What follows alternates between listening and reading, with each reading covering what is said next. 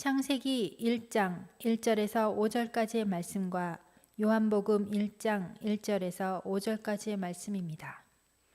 태초에 하나님이 천지를 창조하시니라. 땅이 혼돈하고 공허하며 흑암이 깊음 위에 있고 하나님의 영은 수면 위에 운행하시니라.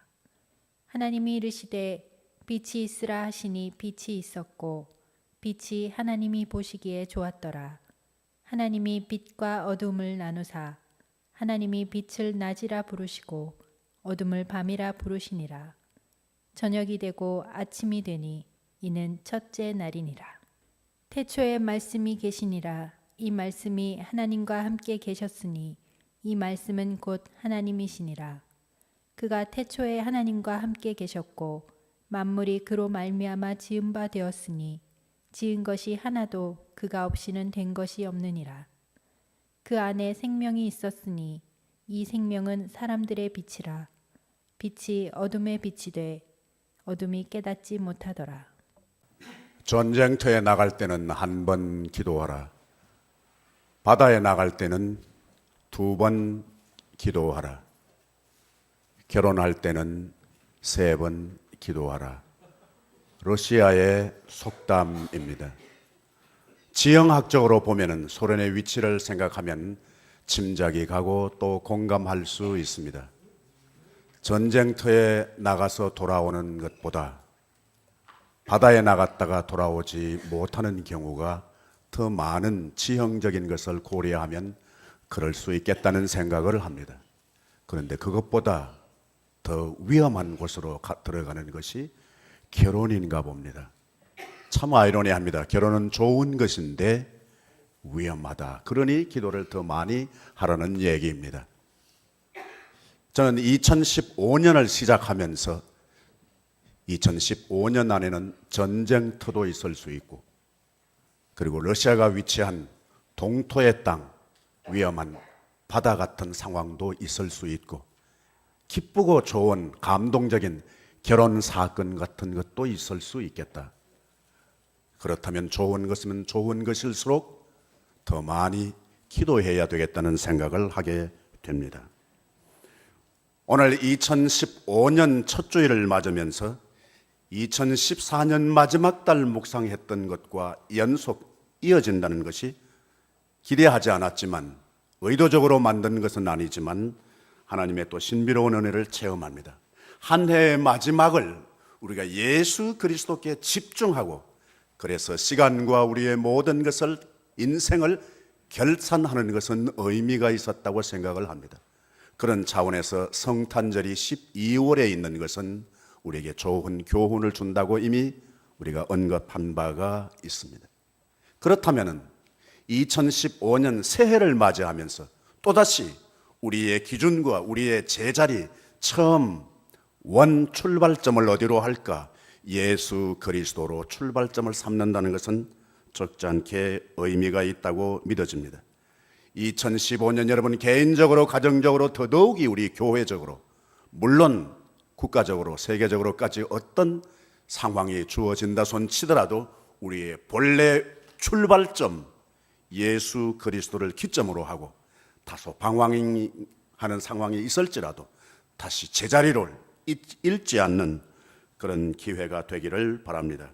이미 여러분 잘 아십니다만 공간복음서는 예수님의 역사적인 인물에 대해서 혹은 윤리적인 차원에서 교훈을 주고 있다면 요한복음은 전혀 다른 관점에서 예수님을 소개하고 있습니다.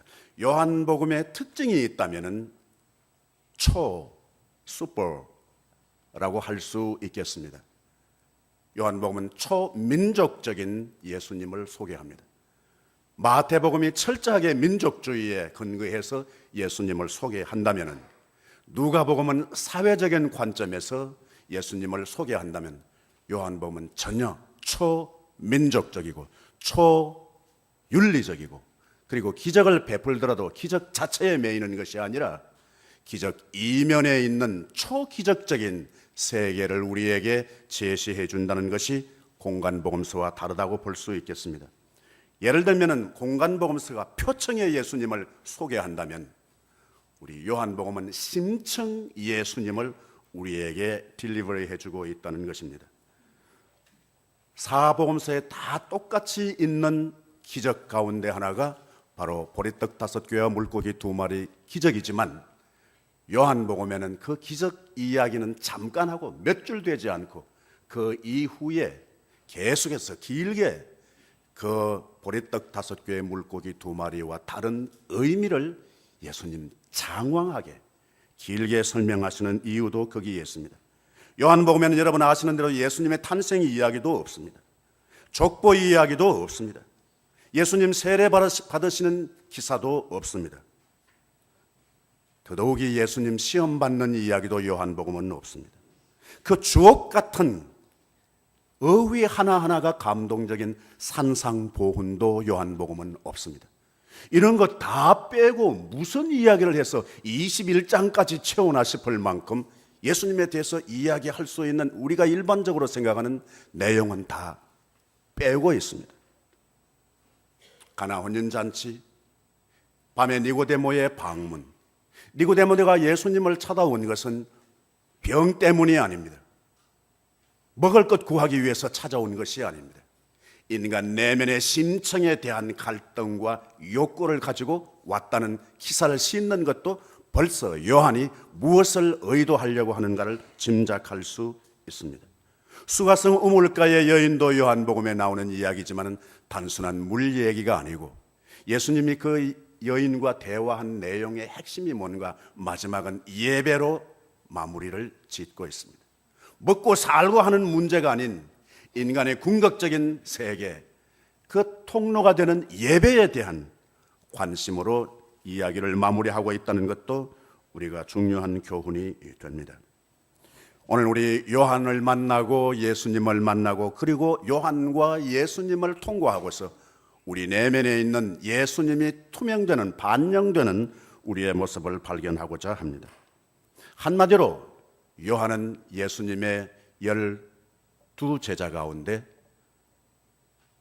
일찍 죽지 않고 순교하지 않고 유일하게 마지막까지 오래 남아서 자연사하신 제자 가운데 한 사람입니다. 우선 이분의 성격을 우리가 한번 만나보기를 원하면 이분의 성격은 과격합니다. 아주 불같습니다. 직설적입니다. 뭐 꿍치꿍치 해놓고 넣어놓고 있는 사람이 아닙니다. 이거면 이거다, 저거면 저거다. 아주 직설적입니다.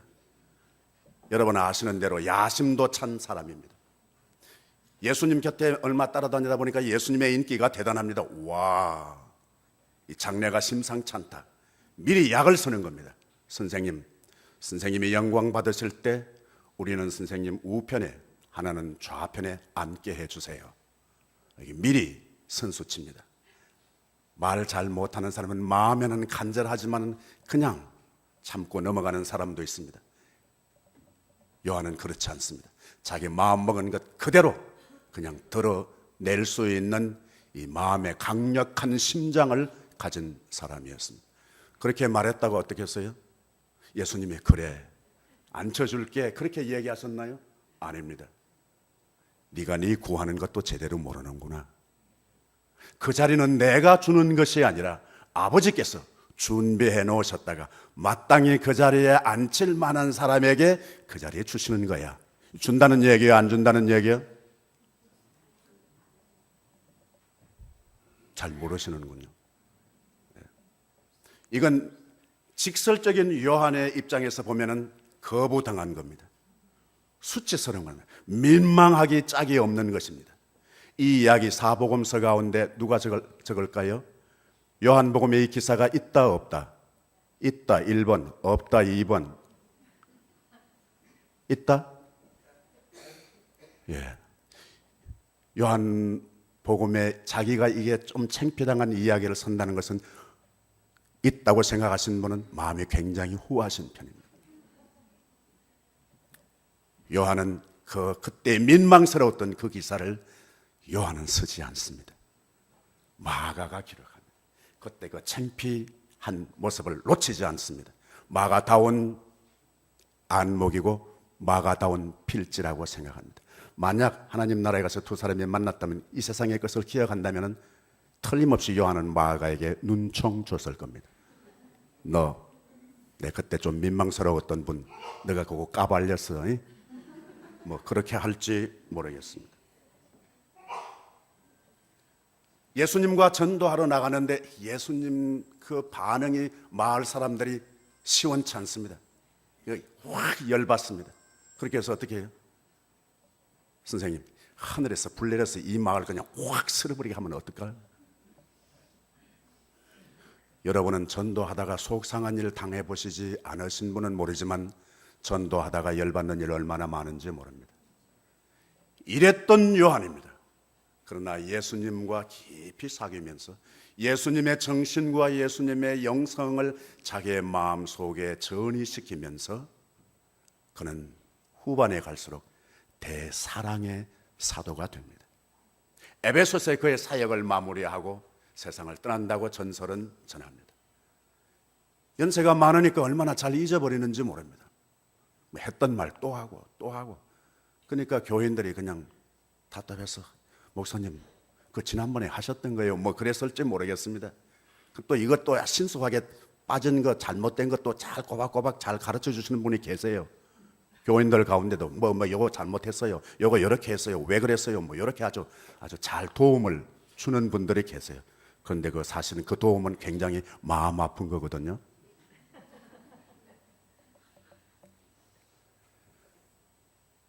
그러나 사도 요한은 그렇게 고백했다는 거 아닙니까? 내가 다 잘 잊어버려도 한 가지 안 잊어버리는 거 있다?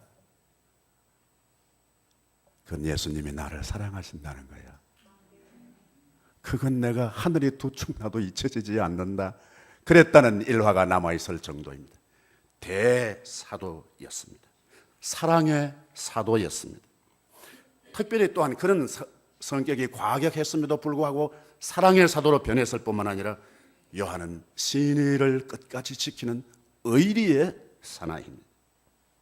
예수님 마지막 십자가에 못 박혀 돌아가실 때 끝까지 유일하게 제자 가운데 십자가 곁에까지 갔던 사람입니다. 예수님이 마지막에 십자가에 못 박히시면서 사랑하는 어머님을 부탁합니다. 그리고 어머니에게 다른 아들을 소개합니다. 엄마, 얘가 아들이에요. 앞으로는 나는 엄마 먼저 세상을 떠나서 갑니다. 내가 다 하지 못한 것 먼저 가서 미안하지만 그러나 이 아들이 대신 할 겁니다.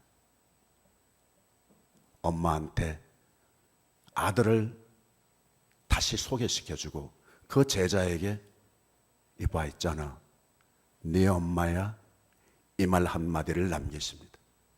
그 이후에 예수님이 말한 숱한 말들이 생략되어 있습니다. 이것은 네 엄마다 가르쳐주는 서술형이지만 강력한 명령형입니다. 그리고 애절한 부탁입니다. 네 앞으로 우리 엄마를 네 엄마로 모셔주기를 바래. 그렇게 하셔야 돼.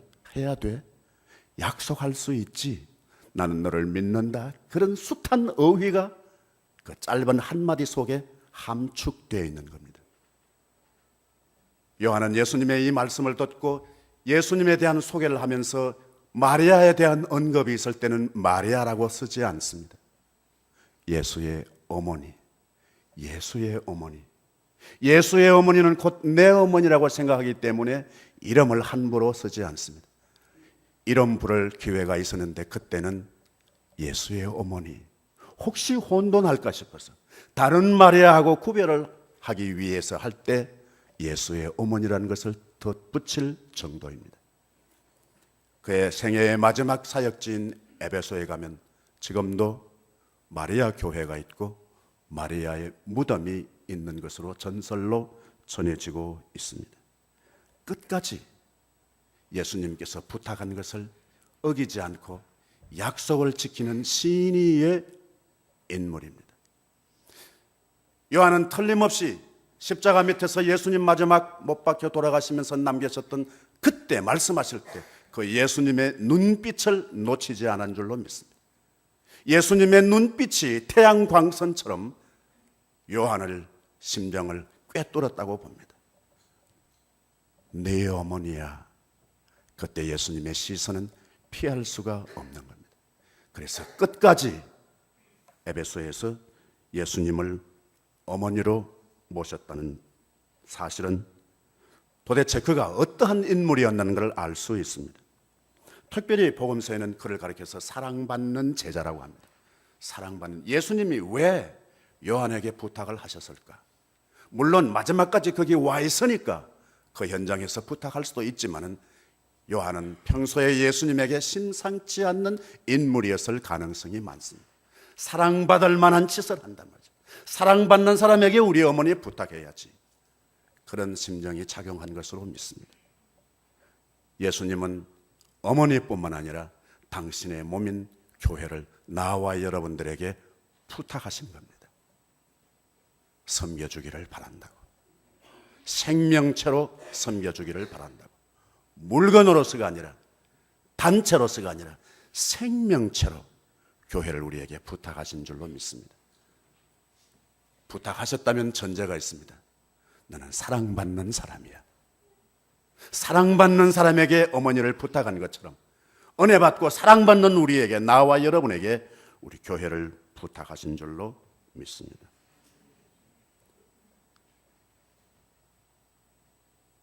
우리는 사도 요한을 통해서 그의 인생과 그의 변화와 그의 내면의 세계를 안다면 그의 눈 속에 비춰진 예수님은 그러면 어떤 예수님으로 소개하고 있는가를 우리는 알 수 있습니다. 요한은 태초부터 시작합니다. 창세기와 맥을 같이 한다는 말씀입니다. 마태는 아브라함부터 시작했습니다. 마가는 예수님 당대부터, 복음의 시작부터, 복음부터 출발했습니다. 누가는 세례 요한의 출산 예고부터 시작합니다. 요한은 태초부터 거슬려 올라갑니다. 태초에 말씀이 계시는데 그 말씀이 하나님과 함께 계셨고 그 말씀이 육신이 되어 우리 가운데 거하신다고 말씀하십니다. 이 신학적으로 유명한 말씀입니다. 하나님이 육신이 되셨다. 베레데오 베레 호모. 온전한 인간, 온전한 하나님. 그 이중의 세계가 하나님 예수 그리스도께 담겨져 있다는 것입니다. 말씀이 육신이 된다. 이건 참 쉽지 않습니다. 우리가 상상하기가 그렇게 쉬운 것이 아닙니다. 같은 사람도 사람 이해하기가 쉽지 않습니다. 어느 분이 들려주신 이야기입니다. 목사님, 정말 참 나는 하나님 말씀 듣는 것이 더 쉽지 와이프 말 이해하는 것이 더 어렵습니다. 아, 참 대단한 남편입니다. 아니, 어째서 하나님 말씀 듣는 것보다 아내 말 듣는 게 더 어려워요? 뭐 때문에 그래요? 물었어요. 근데 한 케이스를 소개하는 거예요. 와이프가 스마트폰 사달라, 아이폰 갖고 싶다고 합니다. 그 아이폰 뭐 하려고? 그랬더니 와이프 대답이 그렇다는 겁니다. 여보, 우리 친구들 가운데 아이폰 안 가지고 있는 사람이 있으면 말해봐. 다른 친구들 다 갖고 있는데 왜 나 가지면 안 돼? 나도 갖고 싶다고 다른 친구들처럼. 이해가 안 됐지만 남편이 사줬다는 거예요. 왜? 안 싸우려고. 얼마 지났어요? 근데 보니까 전화기 케이스가 한 4-5개 되는 거예요. 아니, 전화기 하나인데 왜 케이스가 그렇게 많아? 그랬더니 와이프가 그렇게 말했다는 거예요. 빨간 것은 다른 친구들 다 갖고 있는 친구들 많고, 노란 것은 노란 것도 또 가지고 있는 친구들이 많고, 나는 달라야지. 왜 어렵다고 이야기하는 그 이유에 그분의 말은, 마지막 말은 이거예요. 아니, 다르면은 다른 사람 다 아이폰 가지고 있으면 자기는 안 갖고 있어야 다른 거지. 지금 아직 무슨 말씀인지 지금 껌뻑껌뻑 하시는 분도 몇 분 계세요? 아니, 정말 다르게 살기를 원하면 안 가지만 다르잖아. 근데 왜 그때는 같하려고 해놓고서 왜 또 커버는 또 다르게 해? 여러분, 사람도 사람을 이해하기가 어렵습니다. 근데 하나님의 말씀이, 더 구체적으로 신학적으로는 하나님이 인간이 되셔서 우리 가운데 함께 거하신다? 여러분은 만약에 공부를 많이 하셨다면 공부 못하신 분 이해하실 수 있습니까? 못하신다 하더라도 찍찍소리 하시면 안 돼요. 남편만 그런 것이 아닙니다. 목사도 그렇습니다. 장로님도 그렇습니다. 사랑하는 남편도 그렇습니다. 아내도 이해하기 어려운데 하나님은 차원을 달리 하시는 말씀이 육신이 돼서 우리 가운데 거하신다는, 이건 정말 놀라운 일입니다. 엄청난 은혜입니다. 어떻게 이런 사실이,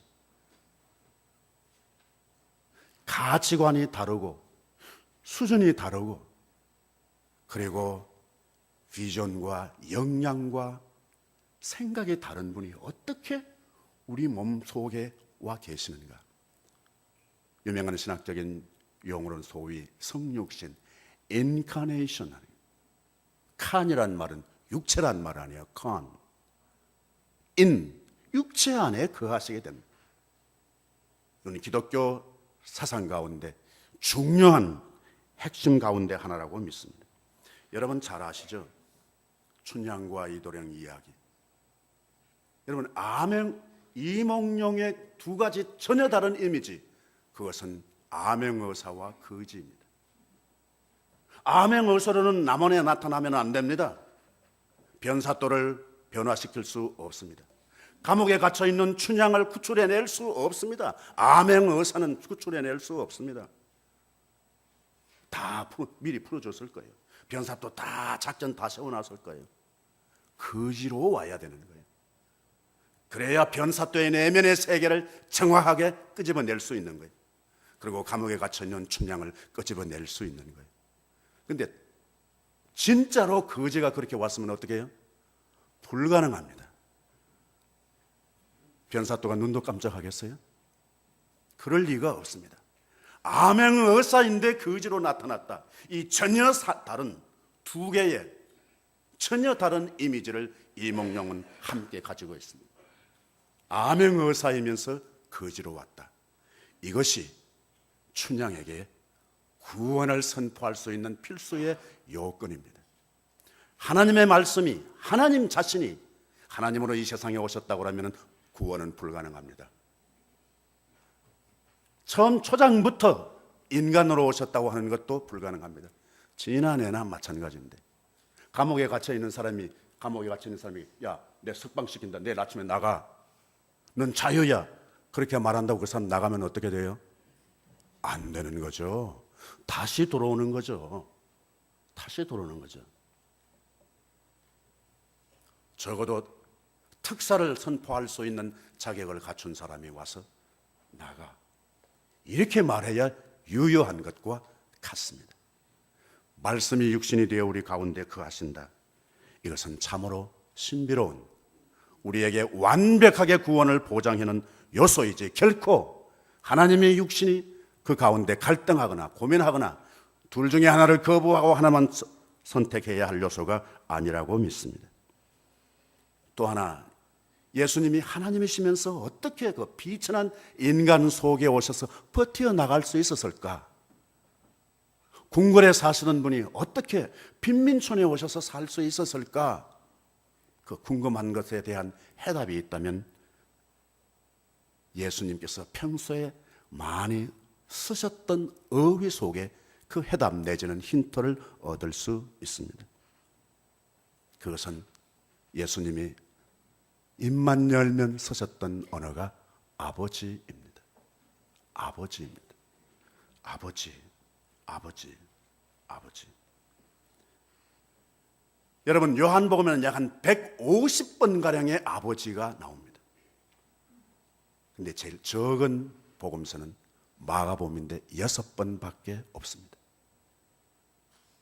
그것은 예수님의 사역과 예수님의 영광과 예수님의 모든 가치의 출발점이 어딘가? 아버지입니다. 아버지, 내가 아버지께로부터 와서 내가 이 세상에 왔다가 이제 이 세상을 떠나고 다시 아버지께로 돌아갑니다. 자기의 출발점도 아버지, 사역과 모든 시간적인 미래뿐만 아니라 모든 에너지, 그것의 제자리는 아버지라고 하는 것을 확실히 아신 줄로 믿습니다.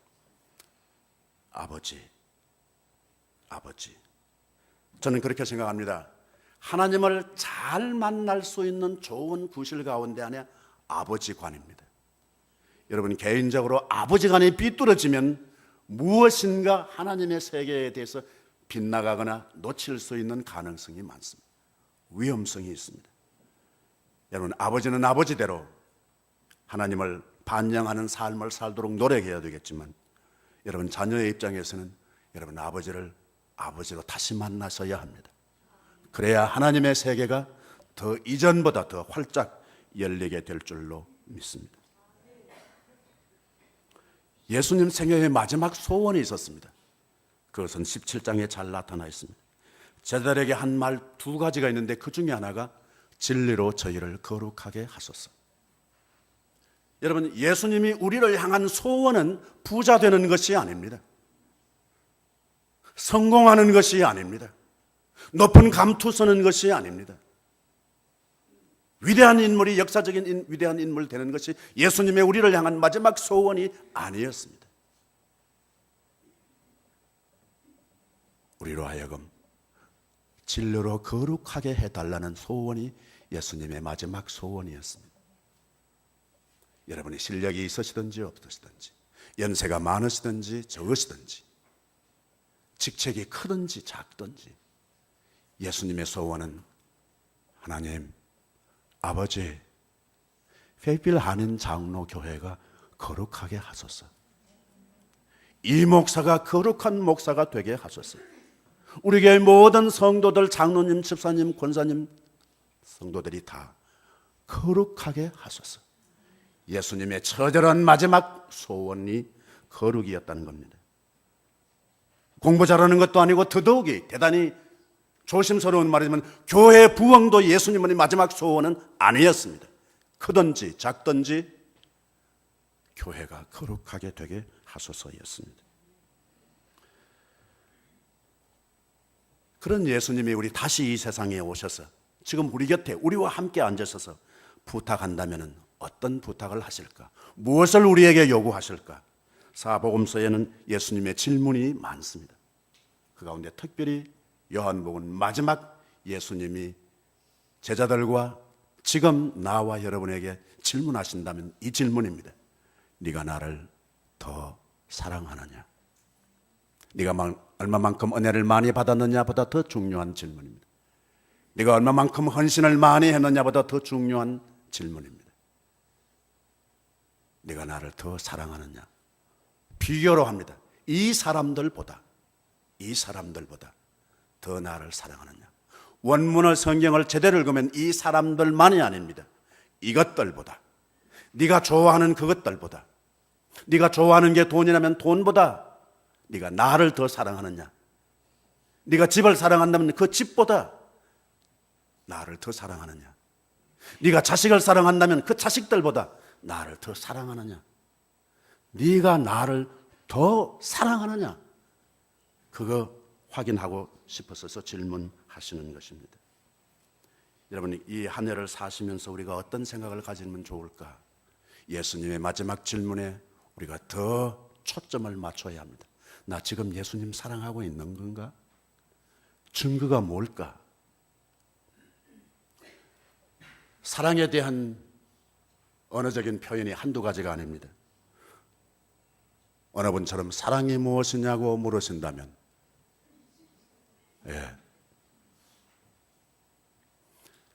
사랑은 큰 것이라면 그 사랑의 요소 가운데 하나 빠뜨릴 수 없는 부분은 용서라고 믿습니다. 용서는 사랑과 밀접한 관계가 있다고 봅니다.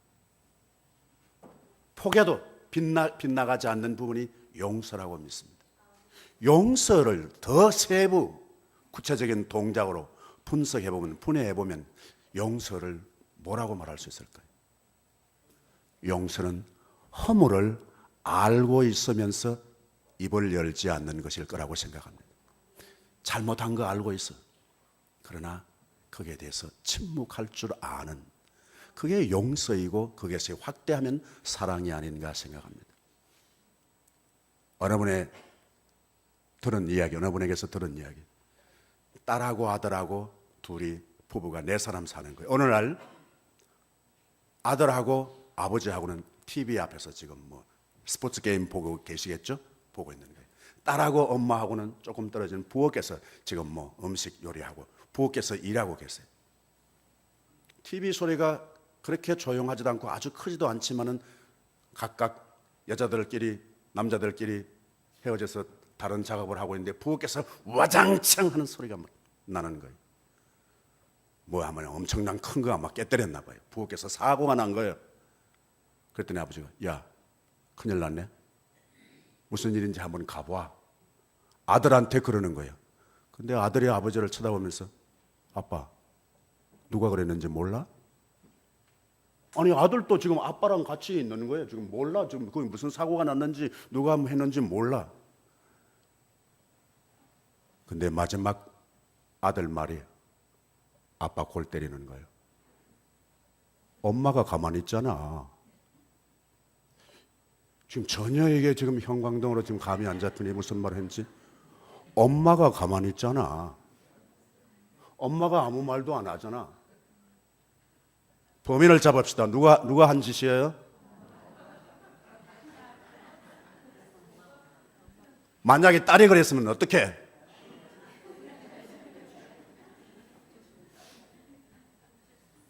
나는 그 얘기가 그분의 이 얘기가 아닌 줄로 압니다. 우리 교회의 이야기예요. 대단히 죄송하지만 여러분 집안의 이야기. 내가 잘못한 것은 입이 열지 않습니다. 다른 사람 잘못한 것은 직설로 그냥 신속하게 다다다다다다 사격합니다. 그러면서 우리는 사랑하고 어떻게 보면 사랑이 분하고 억울할 거예요.